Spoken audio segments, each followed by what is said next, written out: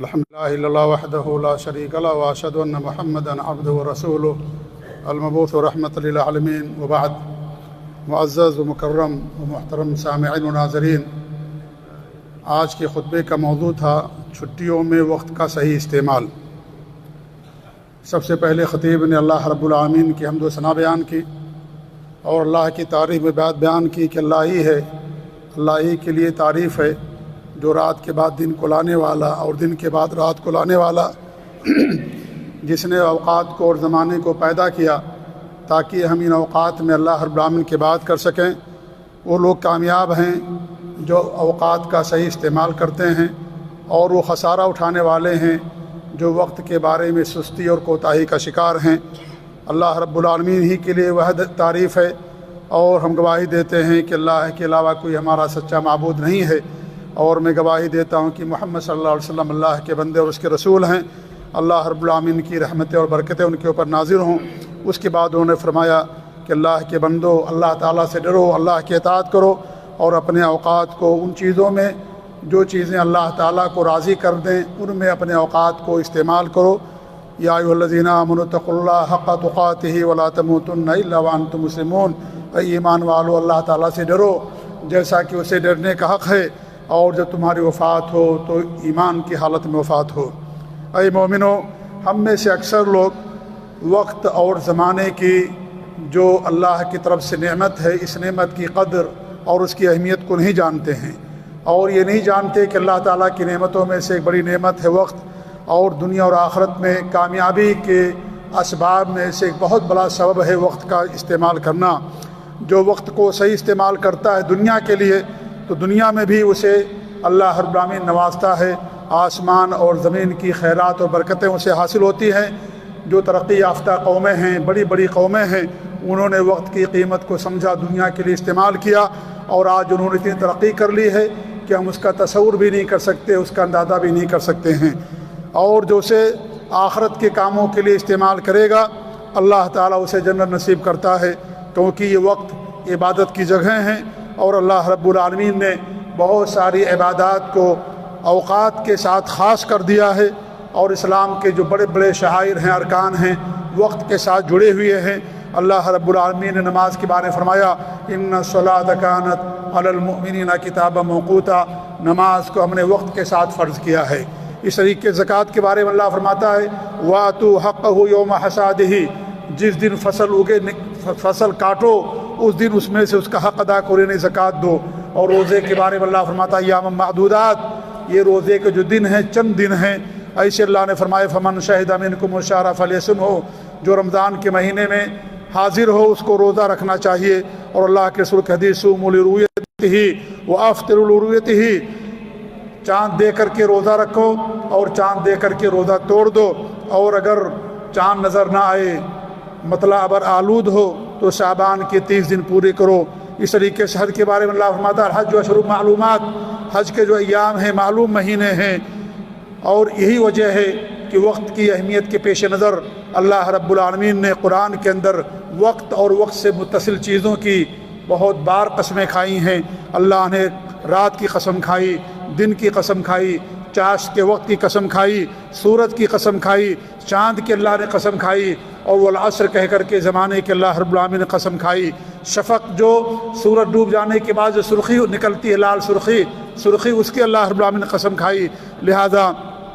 وقت بڑا قیمتی ہے، وقت بہت اہم ہے۔ اللہ کے بندو، وقت بچہ پیدا نہیں کرتا ہے، اور نہ ہی یہ بڑھتا ہے، اور نہ ہی پیچھے واپس ہوتا ہے، بلکہ آگے جاتا رہتا ہے۔ یہ رات اور دن اور یہ ایام، یہ گھڑیاں، یہ مہینے، یہ سال کسی کا انتظار نہیں کرتے ہیں۔ وقت زندگی ہے، اور وہ انسان جو وقت کی قیمت نہیں جانتا، اس کا صحیح استعمال نہیں کرتا، وہ انسان کیا ہے؟ وہ انسان خسارے میں ہے۔ اور جو انسان وقت کو صحیح استعمال کرتا ہے وہ انسان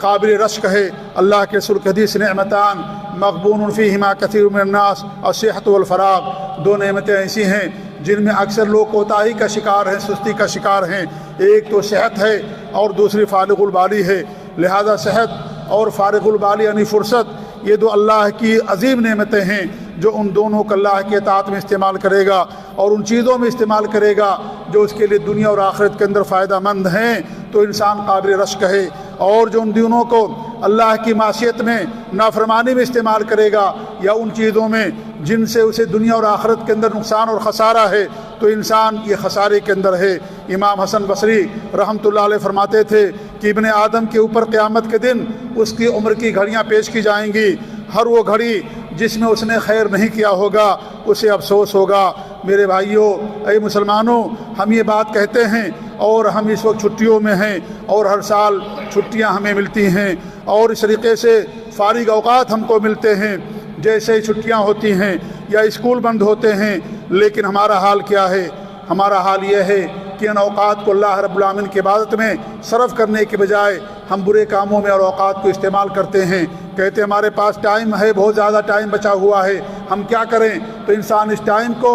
اللہ کی نافرمانی میں استعمال کرتا ہے۔ یہی ٹائم جس کے بارے میں آج ہم کہتے ہیں کہ ہمارے پاس فارغ البالی ہے، فرصت ہے، قیامت کے دن انسان اللہ تعالیٰ سے ٹائم کے لیے سوال کرے گا کہ اللہ تعالیٰ ایک لمحے کے لیے ہمیں دنیا کے اندر بھیج دے تاکہ ہم جا کر کے دنیا کے اندر خیر اور بہتر کا کام کریں۔ اس کے بعد انہوں نے فرمایا کہ انسان کی دل کی تنگی میں کے اسباب میں سے جہاں گناہ ہیں انہی میں سے ایک بہت بڑا سبب یہ بھی ہے کہ انسان اپنے فارغ اوقات کو اللہ کی معصیت میں اور اس چیزوں میں استعمال کرتا ہے جن کا نہ اسے دنیا کے اندر کوئی فائدہ ہے اور نہ آخرت کے اندر فائدہ ہے۔ یہ ہم میں سے اکثر لوگوں کا حال یہی ہے۔ اے مومنو، یہ جو چھٹی ہے یہ عمر کے قیمتی اوقات کا ایک حصہ ہے، اگر یہ چلا گیا تو واپس نہیں آئے گا، لہذا اپنے آپ کو بھی اور اپنے آپ کے جو ماتحت لوگ ہیں ان سب کو خیر اور حق کے لیے ان کو وقت کو استعمال کرنے کی تعلیم دو، کیونکہ اگر نفس کو اور آپ اپنے اوقات کو حق میں اچھی چیزوں میں استعمال نہیں کرو گے